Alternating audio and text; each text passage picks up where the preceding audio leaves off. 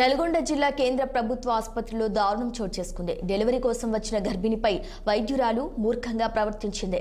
Delivery కోసం వచ్చిన మాడ్గులపల్లి మండలం గ్యారకుంటపాలెంకు చెందిన గర్భిణి చెరుకుపల్లి శ్రీలతకు డాక్టర్ బలవంతంగా ఆపరేషన్ చేయడంతో పండంటి శిశువు మృతి చెందింది.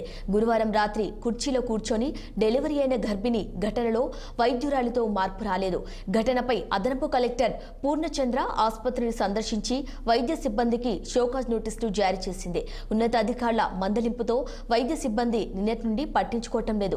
ఇక ప్రైవేట్ ఆసుపత్రికి వెళ్లేందుకు బాధితురాలు బయటికి పోతుండగా మందలించి ఆపరేషన్ చేస్తామని నమ్మబలికి కోపంతో భయపెట్టినట్టే ఆపరేషన్ చేసి శిశువును చంపారని బాధితులు ఆరోపిస్తున్నారు. బయటకు వచ్చి ఫోన్ మాట్లాడి టెన్షన్ మాట్లాడుతుంది. మేము బయట ఉన్నాం, మళ్ళీ పోయింది, పాప ఎఫెక్ట్ అయింది అని చెప్తుంది సార్. మాకేమనిపించింది, ఇంతసేపు బాగుంది, స్కానింగ్ తీసి లోపలికి తీసుకుపోయారు.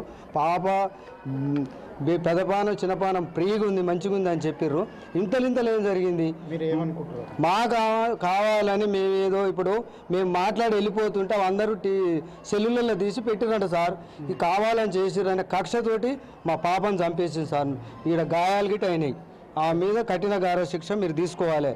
మాకే కాదు ఇంకెవరికి గిట్ట ఇట్లాంటివి జరుగుతుంది. పేదవాళ్ళకు దయచేసి మీరు మాకు న్యాయం చేయాలని కోరు.